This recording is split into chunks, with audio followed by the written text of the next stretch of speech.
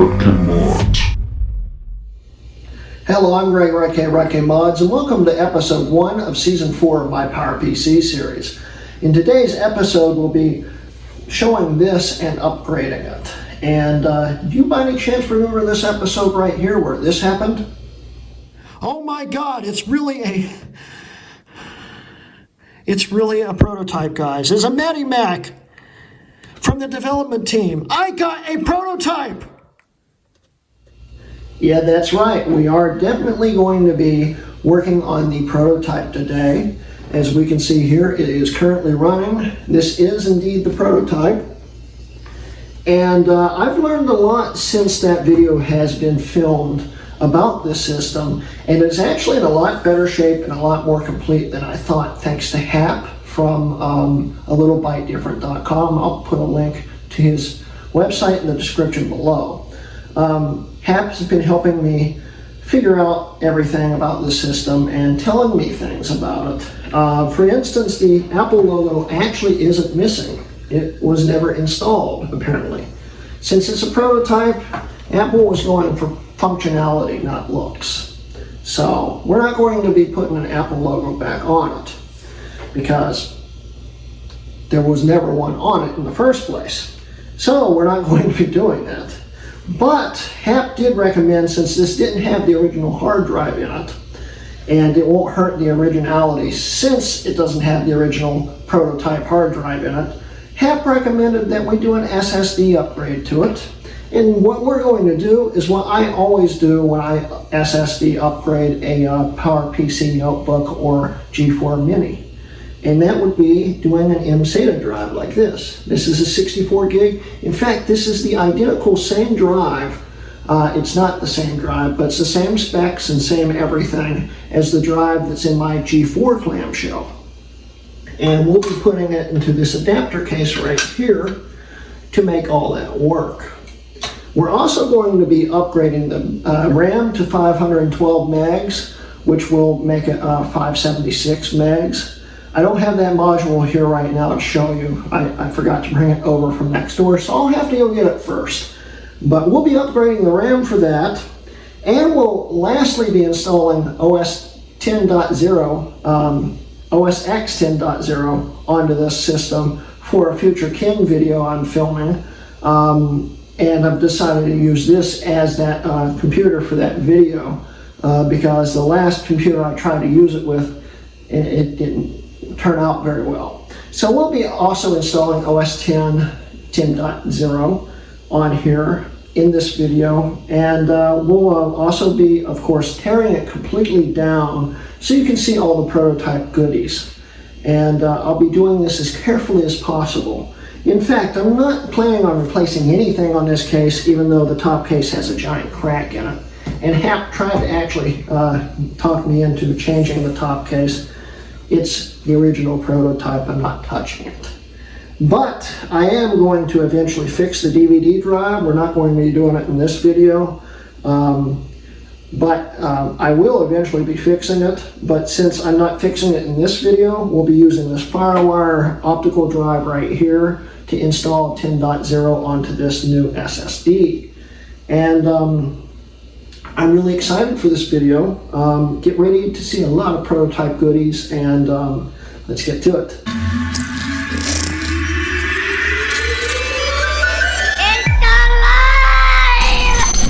First off, I'd like to do a quick shout out to my girlfriend Jessica for these beautiful studio lights. She bought these for me for Christmas. This is a great Christmas present, babe, and thank you so much. This is the first video we're actually using these in, and it's going to help a lot because then we'll be able to see everything on this system, and it's going to be awesome. So once again, thanks again, babe. Okay, so we have everything set up and ready to go, but before we take the system apart, I'd like to mention that we will probably be finding a PVT board in here, which is a prototype pre-production board, and that wouldn't be a big deal according to Hap if it wasn't in this case. This thing so far is one of 2 or 3 known in the world. Hap's got 1 or 2 of them. I'm not sure of what his other one looks like, but he has 2 clamshell prototypes, and they might both be like this. I know his one that he shows on his website is the 366 version. This is the 466. But anyway, getting to the point. This will probably have the PVT board in it, but that's not a big deal because Hap said that these things were, the boards were mass produced, and a lot of people tested them, and the boards ended up getting pushed out into the early production models of the Indigo and other models of the second generation clamshell. So if you see a PVT board on eBay, it's not worth much more than a regular normal board, according to Hap. So if you see them listed for like $300 on eBay, don't buy it because there's a lot of them out there. You can find one cheaper at least. But this PVT board's special because it's in a prototype case. And so this PVT board can't be moved from this system, period. This is a prototype board, and it's in a prototype case, as we can see here. And we've got all the original stickers, as you can see. It's in semi-decent shape. There are scuffs. It was used, like I said in the video when we unboxed it and revealed it.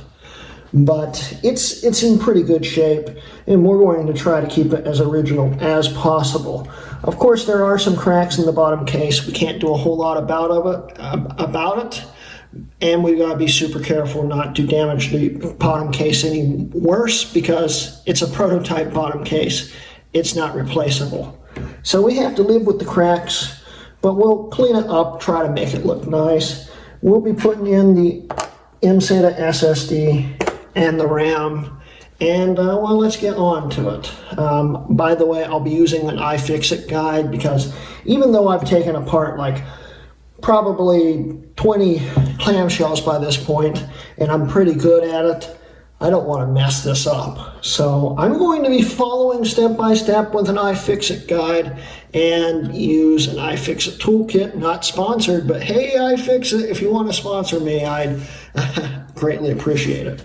But anyway, so let's get on with the teardown here, and let's see what is so prototype about this. So let's get to it.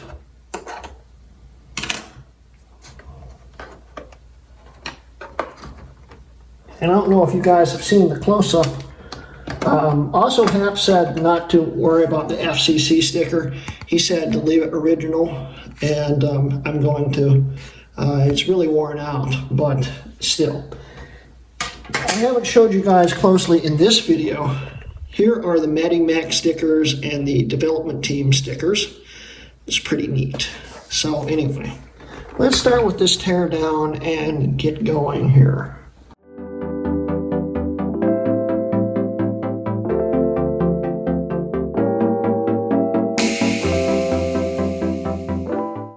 It's just a plain old normal airport card, no prototype markings on it, so it's kind of a bummer. I don't even know if the prototypes actually came with Wi-Fi cards. This might have been added. So we'll set that off to the side. And it's really hard to do this with the clamshell right where it is.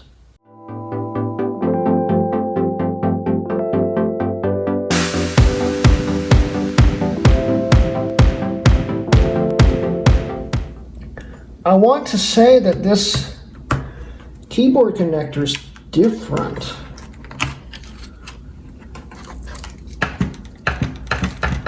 Oops, it's top heavy. I don't think these keyboards look like that on the factory ones. So we can see here, Acer peripherals. Huh. I will have to go grab another one really quick because I'm curious. I'm curious to see if that is indeed the same or not. I'll be right back. Okay, I guess it is the same cable. This is an original Blueberry here, and everything's the same for that, so I just don't remember them looking like that. That's interesting. All right, I'm going to reassemble this and pull the prototype back over. Okay, we're back at the prototype here. So Acer made the keyboards for these. That is quite interesting. Anyway, so let's get continuing on with the teardown here.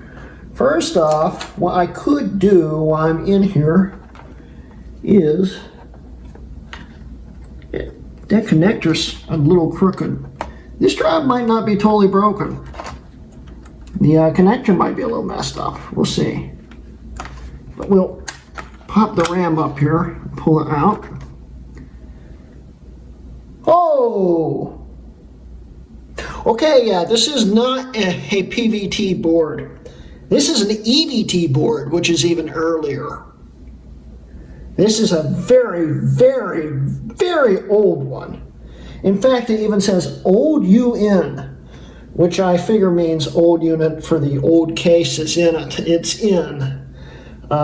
They probably, I guess, were planning on a different color anyway.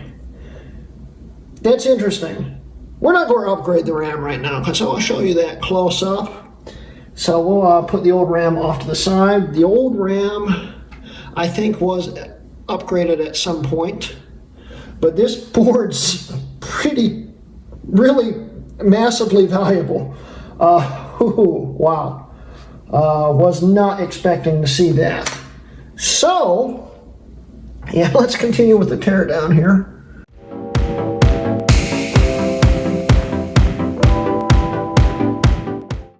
Wow, that's really neat to see an EVT. I mean, it's kind of a giveaway because it's an EVT here, but I figured the logic board was different. It's apparently not, so it's interesting. All right, so we need to remove a bunch of T8. Yeah. But I'm going to remove this screw first because I always forget to remove it. And I don't want to crack this case any worse than it already is. So we'll set that over here.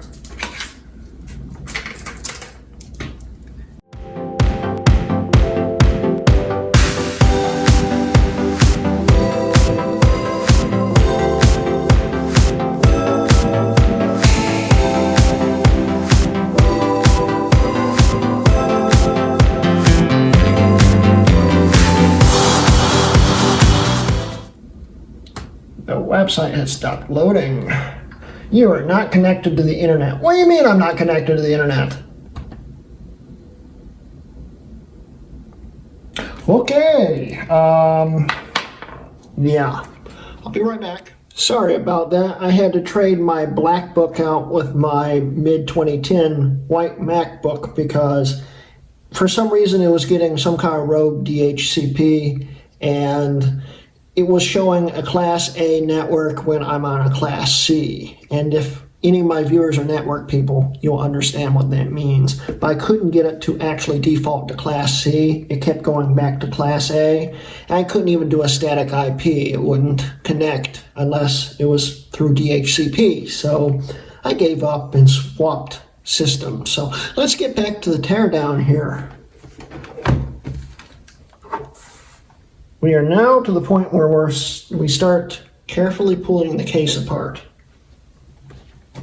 I've made sure that ribbon cable is disconnected. Need to disconnect this.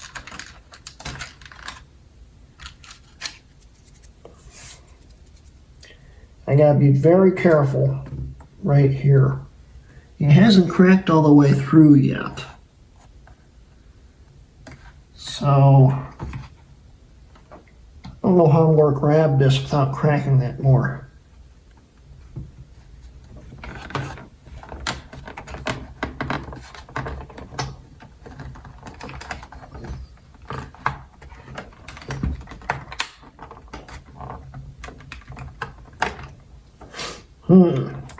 It makes it more difficult for sure.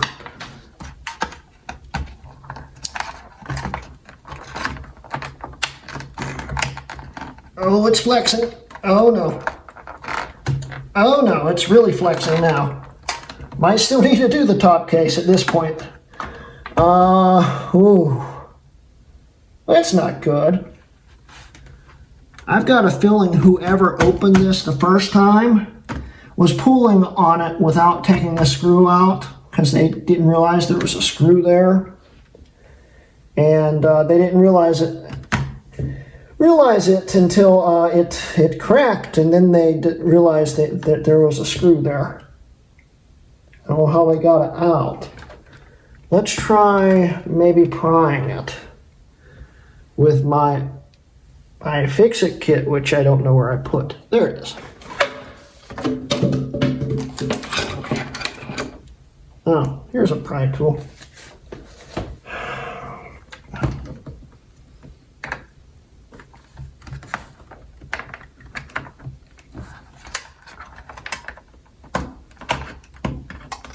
There we go. Woo!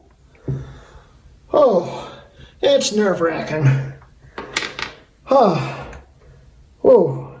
Now I can catch my breath.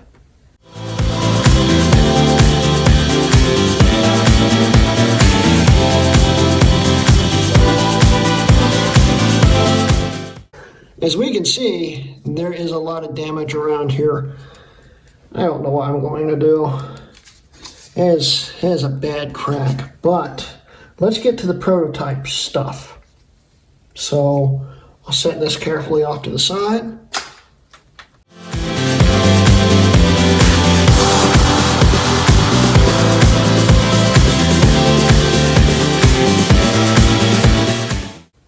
It just looks like a normal old DVD drive. Nothing too strange about it. I'd still like to rebuild it, but I don't see anything prototypey on it other than the fact that this is screwed to the drive. And I don't know if the 466 models had that or not, the production ones. But none of my clamshells are 466s, so I have no clue. But my clamshells don't have the faceplate screwed on, so that might be a prototype piece there. I don't even know if they use this drive in prototypes, but still. Now we're down to the fun part, removing all these screws.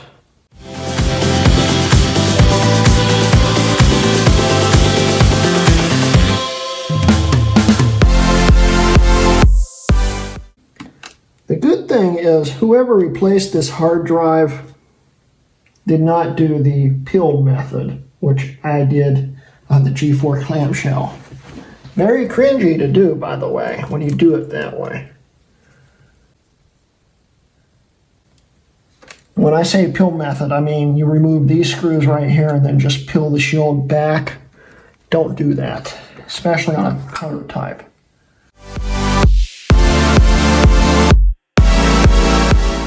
It's something I don't remember seeing on a clamshell. Is this thermal pad right here. I don't know if that's on the 466. I don't have a 466 to compare this to.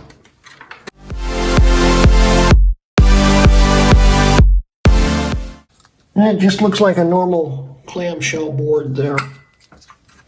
I've seen a lot of those. In fact, I've got a spare one because the G3 Clamshell, that's where the heatsink is. So, yeah. So, next,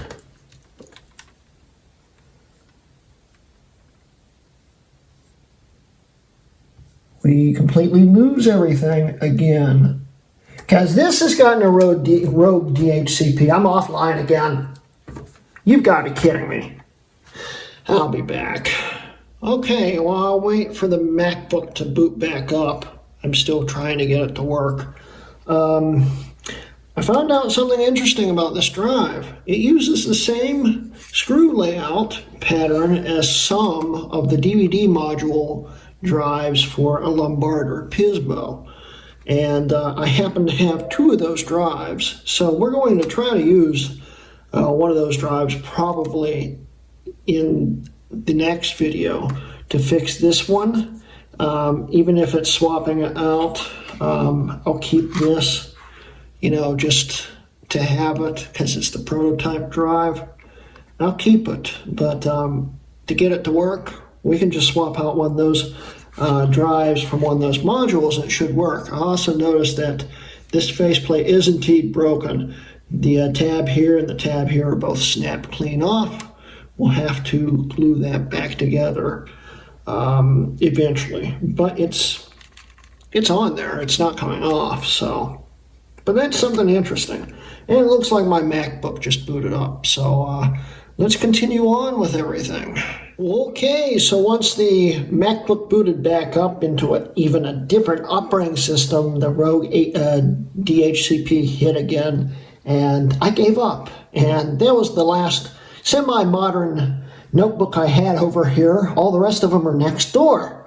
So now we're on my early 2003 17-inch PowerBook G4 with a really old copy of 10.4 Fox. But hey, it actually seems to be working fine, and it hasn't disconnected from the internet. And this time I've loaded all the images just in case it decides to play with the DHCP. But I've got them all loaded up, so let's just use the PowerBook G4 to finish disassembling this. So I just removed the modem, and now the next step is to remove the screws, which you can definitely tell they've been removed before. Okay, so where'd I put the screwdriver? Here it is.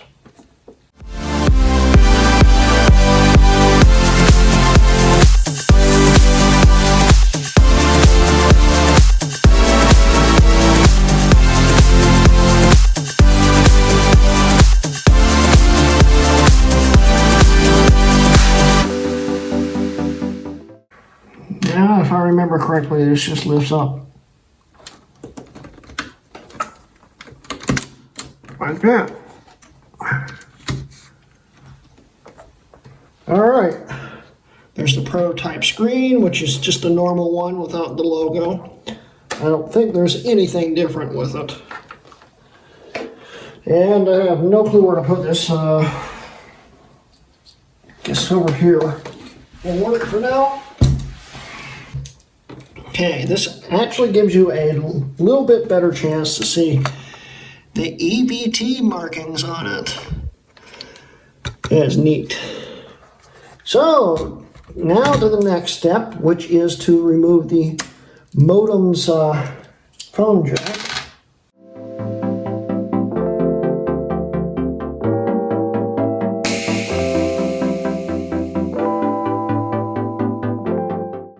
And then I think this pulls up, but let's make sure.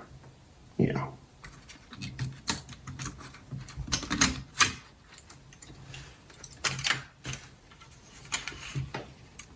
Whoa.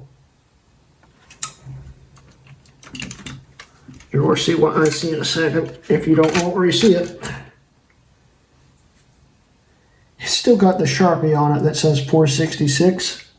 This is not a production G3 because pads still feel fine, because production G3s had a giant IBM logo right here. This cannot be production. So this is definitely a testing G3 here, a pre-production one. Pretty darn cool. So now I'm going to finish taking this board out very carefully. Now here's another interesting thing. There's a thermal pad right here on the DC board, right underneath it. That's not on a production one either, as far as I know. See if it shows up in this picture. Yeah, there's no thermal pad in the pictures on there either. So that's another interesting thing there. I always hate pulling these out because they're a pain to get loose, and they're a pain to get back in.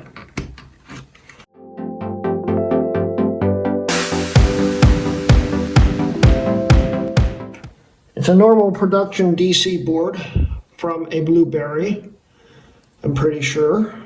So there's nothing special there. Just a normal old DC board. It's interesting that this thermal pad's here. What's it going to? Well, I can't even peel it off without destroying it, I don't think.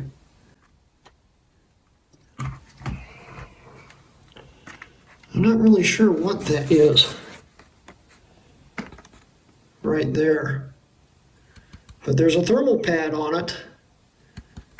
And I'm pretty sure they aren't on other ones. This also almost looks like it has, I don't know if the production boards, I don't remember the production boards having this either. This kind of looks like a battery. Not sure. We'll put that pad back. It's there for some reason. So we'll put that back. I just realized I never plugged this light in, the supplemental light to help you see things when I push it up close. And I think it's about to die, so let's plug that in.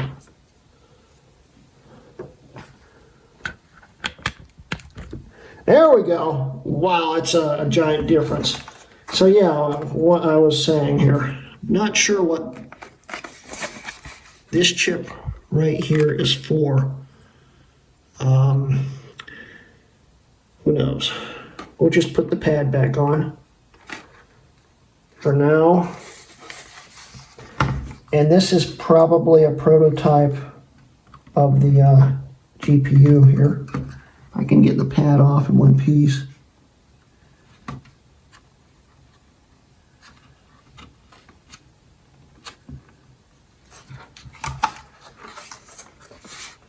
Rage Mobility. This is the first set of clamshells to have that particular chip in it, so it's technically a prototype chip. All right, let's continue on here. Next step is to remove the hard drive, which are all standoffs.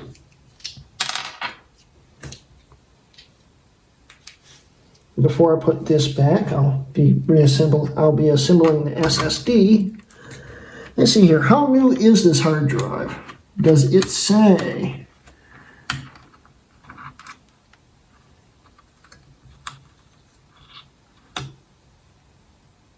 November 2000. It is definitely added afterwards.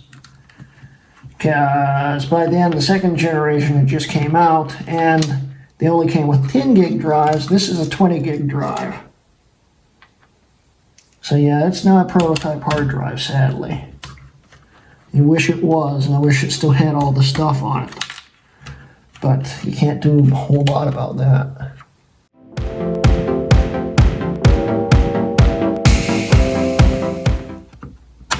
Woo, it's really on there. All right, that's really stuck on there.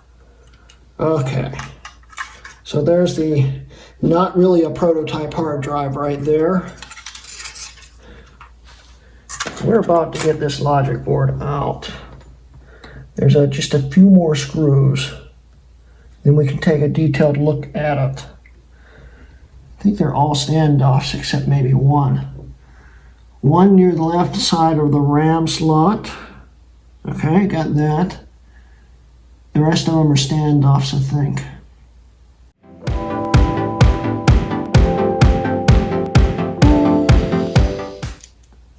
Okay, so this thing with the thermal pad on it, actually I do see it. It was on a production board. I've just never seen it with a thermal pad on it, and the thermal pad does not want to stick to it anymore. But I don't know why they put a thermal pad on it. So, yeah, there's also this thing here on the picture of the production board. So that's not a battery. It's just some kind of capacitor or something like that. So,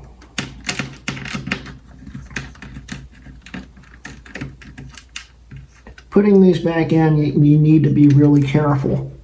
I'm going to have to be super careful because the bottom's already so cracked.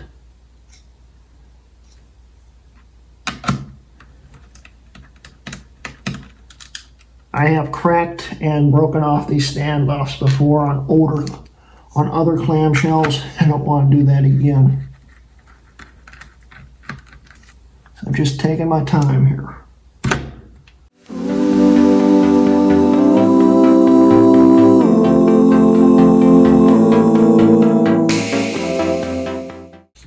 This is like glued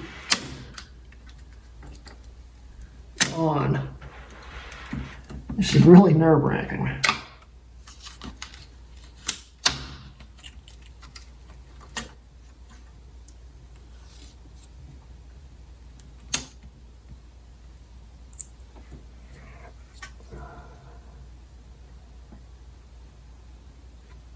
Okay. So first off, let's look at the prototype base. Set that here. Here is the prototype base. It's nothing too special. It looks identical, as far as I know, to a second generation bottom case. It doesn't look any different. It's a blueberry case, as we can see. It's got the prototype firewire port there. And this bottom case is so rare, it's irreplaceable. So if it cracks any worse and these screws fall out, I'm SOL. The battery DC board looks the same as the factory one. So, yeah, there's not a whole lot more to say about the bottom case. It's just the bottom case.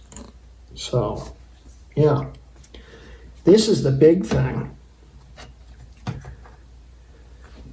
The prototype logic board right here. I already showed you the rage chip. I can peel that off again. Maybe. I'm trying.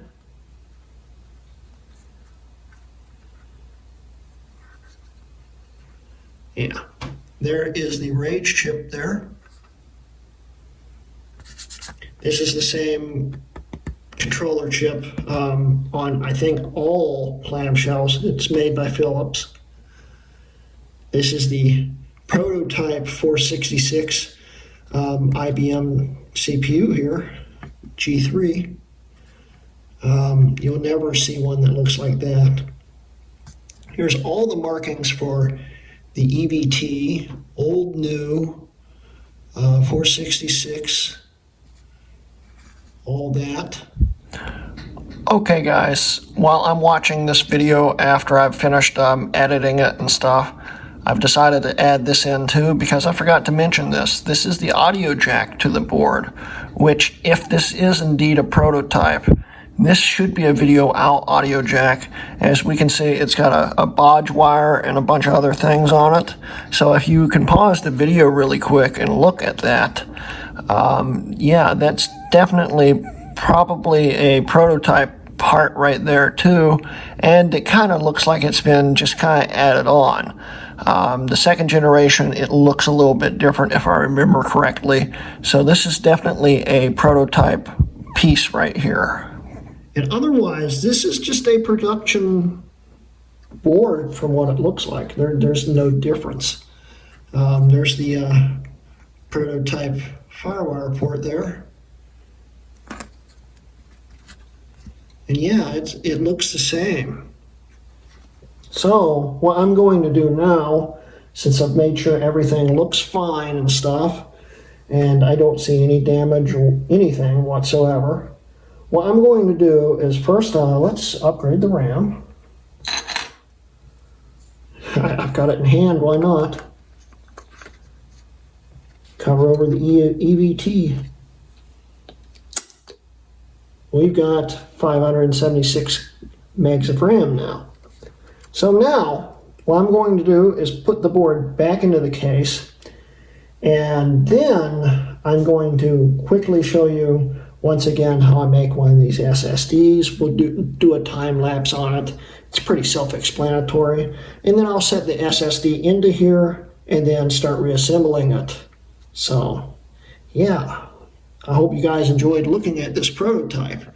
He is very interesting. And side note, if you ever wondered where I plugged in the fan for the G3 Clamshell, this is an ADB header right here. Sorry. That is an ADB header right there.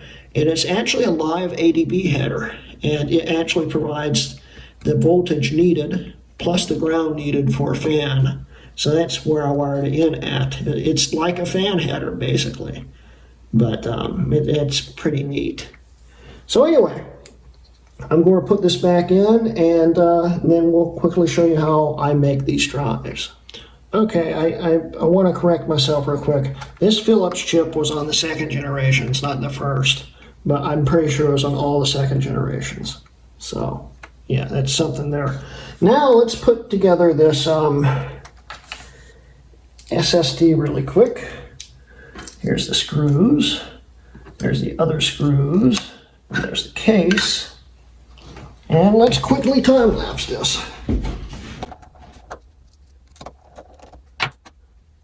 Here's the mSATA drive that I can't see if I'm actually showing you.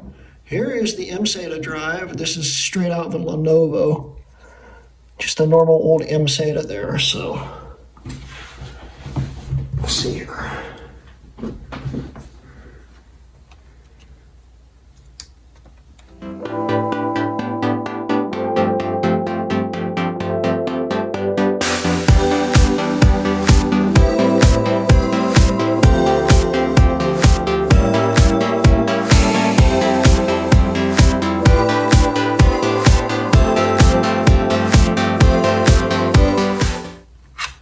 And there we go. That is what it looks like with the SSD installed. So now I'm going to reassemble the system now that it is fully upgraded. And we will hook up the FireWire drive and install the operating system, then wrap up the video. So let's get to it. So I started thinking about it and how I don't want to possibly crack the top case more. So let's do this swap real quick. I'm going to just transfer everything off camera, but it should be pretty straightforward. My Lombard's DVD module's got a broken faceplate, so this actually, it needs to be done anyway. Yeah, and this actually isn't as broken as I thought. Even though it looks broken, it's actually in there. It's actually connected. It's made really weird, but it's actually on there. The only one that's broken is this one right here, which is right there. We'll put that back in, but that's why the faceplate sticks on so well, is because it's actually still connected pretty nicely. So I'm going to swap everything over, and I think this drive works. I hope it does, otherwise this was pointless, but we'll see. So it appears that these drives are identical drives, same model number and everything. This one's got some different info on it under this foam pad I'm not going to peel off. But other than that, it seems to be identical in every way, except the top's flat on this one and not on that one. But I'd say it will be fine. And this is actually glued on, which was a pain to peel off. I've got to move this cable over to here, and then I can reassemble the drive, and it should just work, so hopefully it will. Okay, so we got the drive back together, and I noticed this when I was doing the unboxing video. The button actually doesn't work, and I think they didn't design the faceplate right, because I don't see anything broken on it. It just doesn't seem to press the button in, no matter how hard you press the button, but the manual eject works fine, and you can eject it from the system itself. So that's just a little bit weird there, but it's a prototype, so that stuff happens. Anyway, so I'm going to finish putting the system back together, and we'll actually try to install it off of this drive. I'm hoping this drive works. I haven't tested it in a while. Okay, so we're going to try to boot off a Tiger CD. I should try a DVD, but I don't have one right now. I actually happen to have a CD of Tiger, We're going to try to boot off of that and see if we can format the drive. I never formatted the drive, so it's a 50-50 shot if this will actually even boot up, because PowerPC doesn't tend to like MBR formatted to boot up. So let's see what happens. This is the first power on since I reassembled it, and hopefully this optical drive works.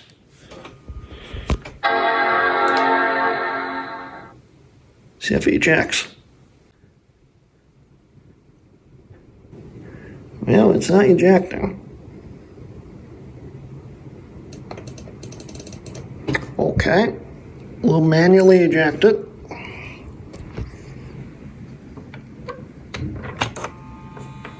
Okay, yeah, it's got power.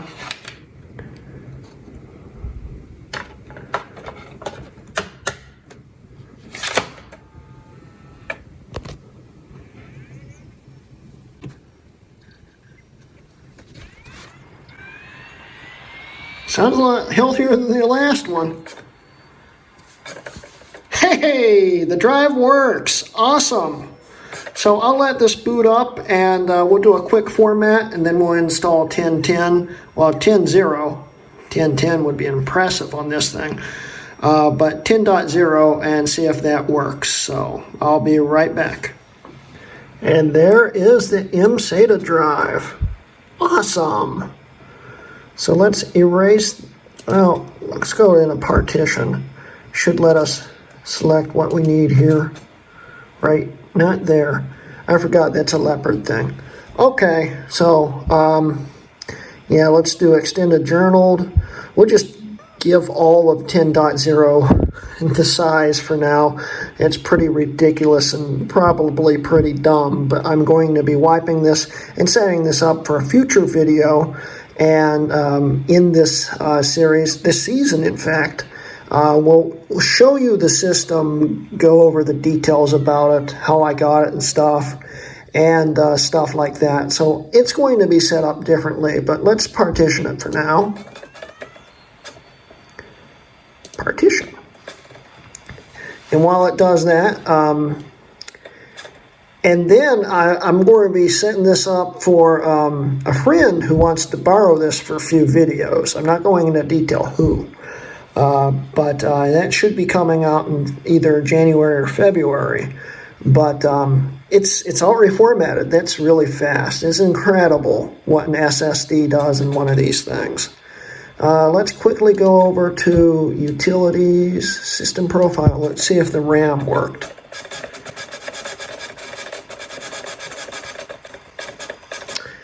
Definitely not the world's fastest optical drive. See here, RAM, memory. Yep, there it is. It works.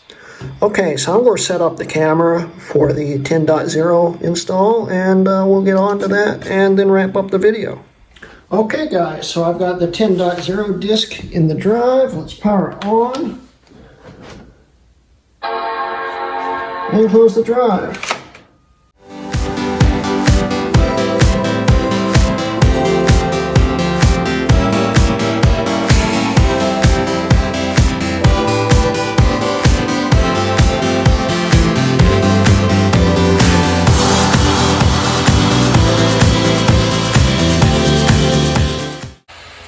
And welcome to the 10.0 installer.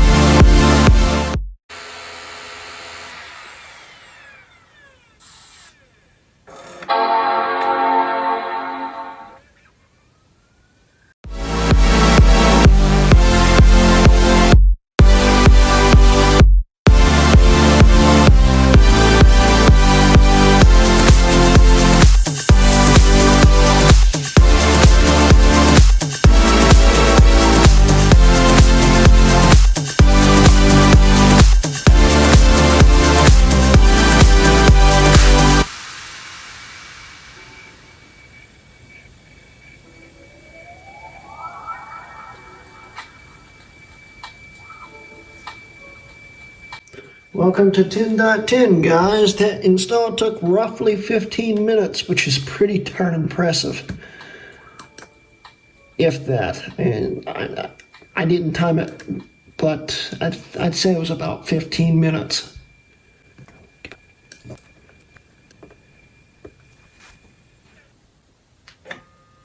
Now that is fast. Wow. That is really fast. That is like disgustingly fast. Let's eject the disk drive. About this back. There we go. We're all set up. It's a little blurry. There we go. We're all set up there. It seems to have worked fine. Wow. And here we are. We're in 10.0. How about that? So I have to run the 10.0.4 update, which I have on a disk. But we're actually on 10.0 right now without the update. Let's see if we can get this to run up.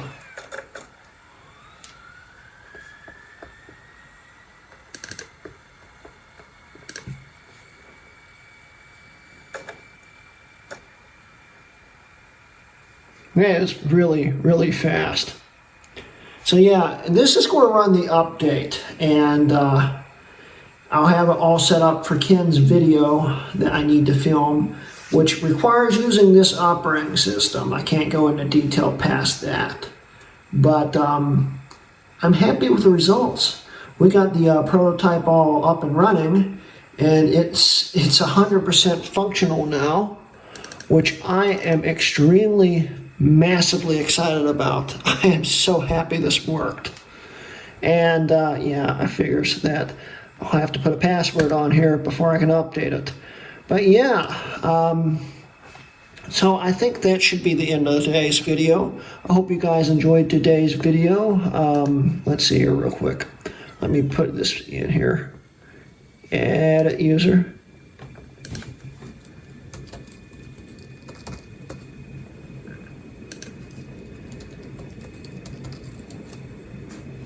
Okay, save.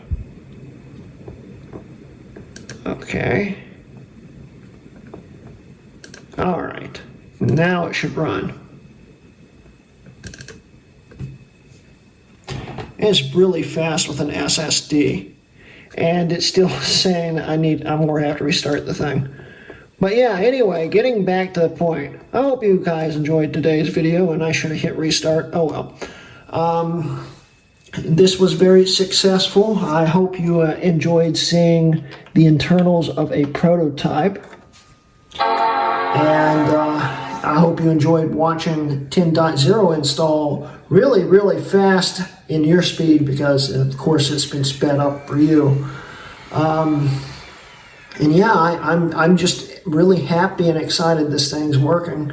It's almost totally set up now. I'll have to set up some operating systems for my friend who's going to be using this.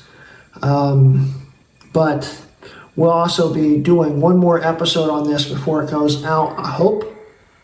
So that's going to be fun. Show you everything this thing can do in today's world, even as a prototype. It works pretty well. And I'm just really, really happy this is working the way it is. And it's impressively fast, because 10.0, if I remember correctly, is extremely slow on even the fastest hardware. And this isn't too bad, really. It's tolerable. Anyway, so I hope you guys enjoyed today's episode. Don't forget, I am now sponsored by SellYourMac.com. If you'd like to sell an Apple device or something, just go to SellYourMac.com/RodKMods and sell them something. It will help me out and it will help you out, because you'll be making money. Also, don't forget, I do now have a Patreon. If you'd like to help support me, you can just go to the end of the video. There will be a link there or in the description below.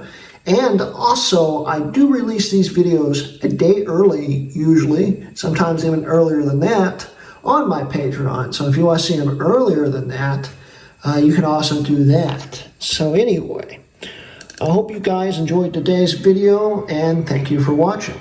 This has been a Areke Mods video.